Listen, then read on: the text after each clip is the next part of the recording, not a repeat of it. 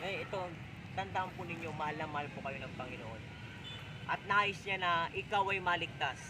So ang tanong, ano nga ba yung gagawin natin para tayo ay maligtas? Ano ba ang sinasabi ng Biblia na dapat natin gawin para tayo maligtas? Sabi po dito sa Gawa 16 verse 31, sumampalataya ka sa Panginoong Hesus at maliligtas ka. Ano daw ang gagawin natin? Sumampalataya tayo kay Jesus para tayo ay maligtas. Bakit kailangan natin maligtas? Bakit kailangan nating maligtas? Sapagkat lahat tayo ay likas na makasalanan. Ikaw ay makasalanan na tulad ko. Tayong lahat ay likas na makasalanan. Sinasabi po dito sa Roma, Kapitulo 3, versikulo 10, walang matuwid sa paningin ng Diyos, wala kahit isa. Ang sabi din po dito sa Roma 3, verse 23, sapagkat ang lahat ay nagkasala at hindi naging karapat dapat sa paningin ng Diyos. Tayong lahat ay makasalanan. Sapagkat nagkasala ang unang magulang natin. Sino? Si Adan at si Eva. Bakit? Mas pinili ng tao ang pagsuway kaysa sa pagsunod. Kaya nung pinili nila yung pagsuway, ano po nangyari? Simula noon, ang lahat ng mga tao, matanda man, bata man o kabataan ay nagkasala. Simula nung nagkasala si Eva at Adan, pumasok sa mundo natin ang kamatayan, pumasok sa mundo natin ang sakit, pumasok sa mundo natin ang korupsyon na sinasabi po ng Genesis Kapitulo 3, versikulo 1 hanggang 6, na nakasaad doon ang ginawang paglapastangan ni Eva at Adan. Mas pinili nila ang pagsuway. Kaya simula noon, naisalin ang sumpat kasalanan sa henerasyon. Kaya ang mga tao ay napipilitang gumawa. Dahil sa kasalanan, napipilitan tayong gumawa ng kasamaan. Dahil sa kasalanan, sis bro, napalayo tayo sa Diyos. Dahil sa kasalanan, nagkaroon ng kamatayan. Alam niyo po, dahil sa kasalanan, nagbunga ito ng dalawang kamatayan. Kamatayang physical at kamatayang pangwalang hanggan. Ito po yung eternal death at physical death. Pero nais malaman mo, nais ng Diyos na malaman mo ang katotohanan na bagamat lumayo tayo sa Kanya, bagamat tayo ang gumawa ng pagsalangsang, gumawa ang Diyos ng paraan para iligtas niya ako at iligtas niya tayo lahat. Anong pamamaraan? Isinakripisyo niya ang kanyang mahal na anak, ang kanyang bugtong na anak na si Jesucristo. 2,000 years ago, ano nangyari? God the Father, ipinadala niya ang kanyang bugtong na anak para sa iyo. John 3:16, gayon na lamang ang pag-ibig ng Diyos sa sanlibutan. Kaya ibinigay niya ang kanyang bugtong na anak upang ang sino mang sumampalataya sa kanya hindi mapapahamak kundi magkakaroon ng buhay na walang hanggan. Bro, mga kapatid, mga kaibigan, kababayan ko dito sa Pangasinan, ang pag-ibig ng Diyos napakalawak. Ang pag-ibig ng Diyos ay nagliligtas. Ang pag-ibig ng Diyos ay pangwalang hanggan. Kasama ka doon. 2,000 years ago, the Son of God, Jesus Christ, He came to this world and He died on the cross of Calvary because of our sin.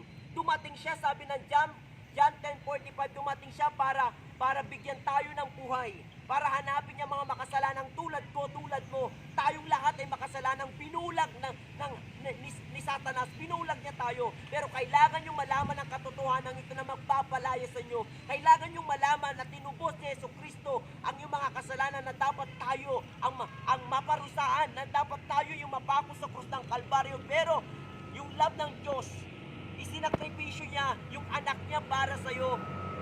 Isinakripisyo niya ang buhay niya para bigyan ka lang ng napakagandang buhay.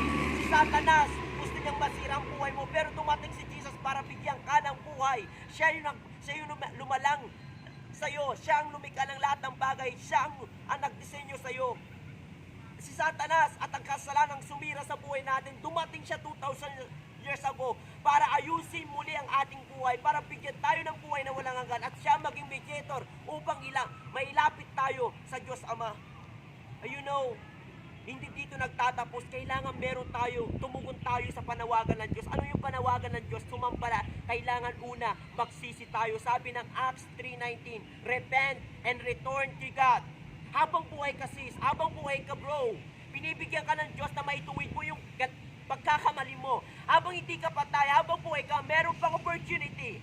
Because Kapag namatay tayo, wala nang chance. So, habang buhay pa tayo, meron pa tayong pagkakataon para ituwid yung pagkakamali natin. But remember, kailangan mo si Jesus. Dahil hindi mo kaya mag-isa na maituwid at mabago ang buhay mo. Hindi mo kaya, kailangan mo si Jesus. Kailangan mo si Jesus. Tanggapin mo siya bilang Panginoon. Dahil kapag tinanggap mo siya, kinilala mo ang Panginoong Jesus, tiyak, sasabihin ko sa iyo, purely, totally, mababago, externally, internally, yung buhay mo. Makikita mo at mararanasan mo yung tunay na kagalakan na hindi mo mararanasan sa mundong ito. Yung kagalakan sa mundong ito, pang temporal. Mamaya, magiging masaya ka, pero pinaasa ka.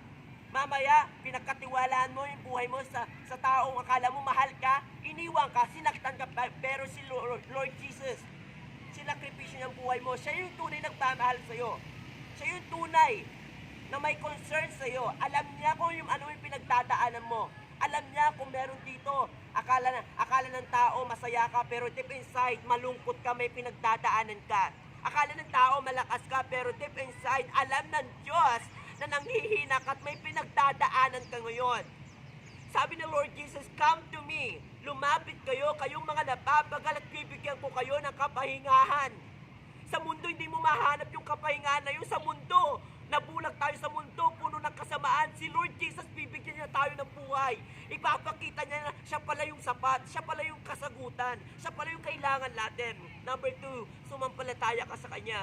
Sabi ng Marcos 16, sabi po dito, hallelujah, sa Marcos 16, verse 16, ang lahat ng sasampalataya at magpapabautismo ay maliligtas, ngunit ang hindi sasampalataya parurusahan. Bakit kailangan natin sumampalataya? Sabi ng Gawa 4:12, walang sino man sa mundong ito makapagliligtas sa atin kundi sa Jesus lang. Gusto mo makarating sa langit? Tanggapin mo si Jesus Kristo kasi siya ang daan. Sabi ng John 14:6, sabi ni Jesus, I am the way. Gusto mo magkaroon ng buhay na walang hanggan? Kailangan mo si Jesus, sumampalataya ka sa Kanya, sapagkat sabi ni Jesus, I am the life. John 14:6. Ako yung buhay, sabi niya. Kung gusto mo makita yung katotohanan, kailangan mo si Jesus. Have faith in Christ. Di makikita mo yung katotohanan sapagkat sabi ni Jesus, I am the truth. John 14:6. Kailangan mo si Jesus. Siya yung kailangan mo. Kapag may Jesus ka, hindi masasayang yung buhay mo. Sasabihin ko sa iyo mga kabataan, walang bagay ang pinaka-importante dito. Meron ka ba nakita sis, namatay na dala niya yung cellphone niya? Meron ka ba nakita namatay na dala niya yung bike niya, nadala niya yung motor niya, nadala niya yung bahay niya? That's the reality, di ba wala? Ipinanganak kang labos-labos sa Ilocano, ipinanganak kang hubad. Mamamatay ka din ipinanganak kang wala kang dala, mamamatay ka din walang dala. The reality is, kapag tayo namatay, ang sabi ng tao, tapos na ang buhay. Pero, pag namatay ang tao, sabi ng Biblia, ang ating physical ay mabubulog sa sementeryo, babalik sa alikabok. Ang ating espiritu babalik sa Diyos. At ang ating kaluluwa ay mananatiling buhay. Haharap yan sa hukuman ng Diyos. Sabi ng 2 Corinto, ibubunyag yon yung ginawa mong masama at mabuti nung nasa lupa ka pa. Guys, habang hindi natin hawak, alam mo ba kung kailan ka mamamatay? Meron dyan ang babata, di ba meron dyan, bata palang patay na? Pagpunta ka sa sementeryo, hindi pantay-pantay yung namatay. Kaya huwag kang magpakampante sa buhay mo ngayon. Dahil, aanin mo, magiging scholar ka, ikaw yung top 10, top notch ka sa bar. Matatalang mo ba yan pag namatay ka? Ngayon nag-aaral kayo. I-repair nyo para magkaroon kayo ng magandang kinabukasan, magandang trabaho balang araw. But the question is, pinaghahanda mo na din ba yung kaligtasan ng kaluluwa mo? Kaya, have faith in Christ. Kailangan mo rin si Jesus. Mas maganda yung namatay ka na may Christ ka kasi hindi masasayang yung buhay mo. Kaysa yung namatay ka, kahit kilala ka, kahit sikal ka, kahit matalino ka, pero wala kang Kristo, namatay ka, kawawa yung kaluluwa mo.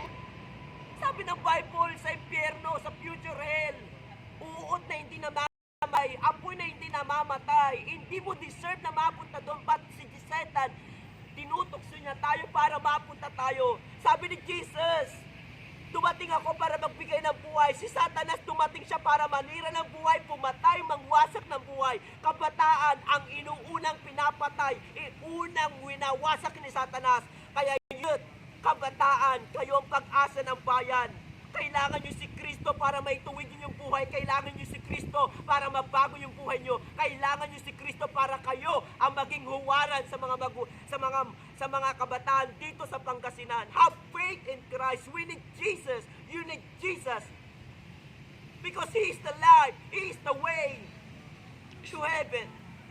Kasi ikaw man ang pinakamayaman sa Pangasinan pero wala kang relasyon kay Yesu Kristo, ikaw yung pinakakawawang tao sa balat ng lupa. Pero kahit ikaw ang pinakamahirap na tao sa Pangasinan pero meron kang Kristo na sinasampalatayanan at sinusunod, ikaw ang pinakamapalad na tao sa ibabaw ng mundo. Kahit mamamatay ka, may buhay na hahantungan ang kaluluwa mo. Sabi ni Jesus, come, halika anak. Kaysa yung mamatay ka, impyerno patutunguhan mo. Kaya ngayon pa lang, sabi ng Bible, sumampalataya ka at maliligtas ka. At sabi ng Bible, ang di sasampalataya parurusahan. Ang parusang ito ay pang walang hanggang kaparusahan. Dalawang buhay. Buhay na walang hanggan sa langit. Buhay na walang hanggang kaparusahan sa impyerno. Nasa sa iyong desisyon kung ano ang pipili mo. Individual ang kaligtasan. Ang kaligtasan ito ay biyaya ng Diyos para magkaroon ka ng buhay na walang hanggan sa pagsampalataya mo kay Hesu Kristo. Ilaan mo ang buhay mo habang buhay ka pa. Ilaan mo ang buhay pagkatapos ng kamatayan. Habang buhay ka pa, magkaroon ka na ng pananampalataya. Hindi religion na makapagliligtas sa atin. Hindi religion, hindi simbahan pupunta sa langit, kundi ang sino mang sasampalataya kay Hesu Kristo. Kabataan, you and I are the part of God's plan to save this generation from total destruction. You and I. Jesus loves you. Jesus loves us. Nire-rescue niya tayo. Dahil tayo din ay gagamitin niya to save this generation from total destruction. Young people, habang hindi pa huli ang lahat, isurrender natin totally, purely ang ating buhay. Surrender your heart to God. Surrender your life to God. Then, I would like to tell you, the Bible says, ang sino mang sasampalataya sa Kanya ay hindi mabibigo. Naranasan mong mabigo dahil binigay mo yung buong pagtitiwala mo sa taong akala mo mamahalin ka, pinaasa ka, iniwan ka, pinagpalit ka niya. I would like to tell you, kay Jesus hindi ka ipagpapalit, kay Jesus hindi ka papaasahin, kay Jesus hindi ka iiwan, kay Jesus may pangako siyang bibitawan para sa iyo. Na ang sino mang sasampalataya susunod sa Kanya ay magkakaroon ng buhay na walang hanggan. We need Jesus. You and me. We need Jesus. Si Jesus lang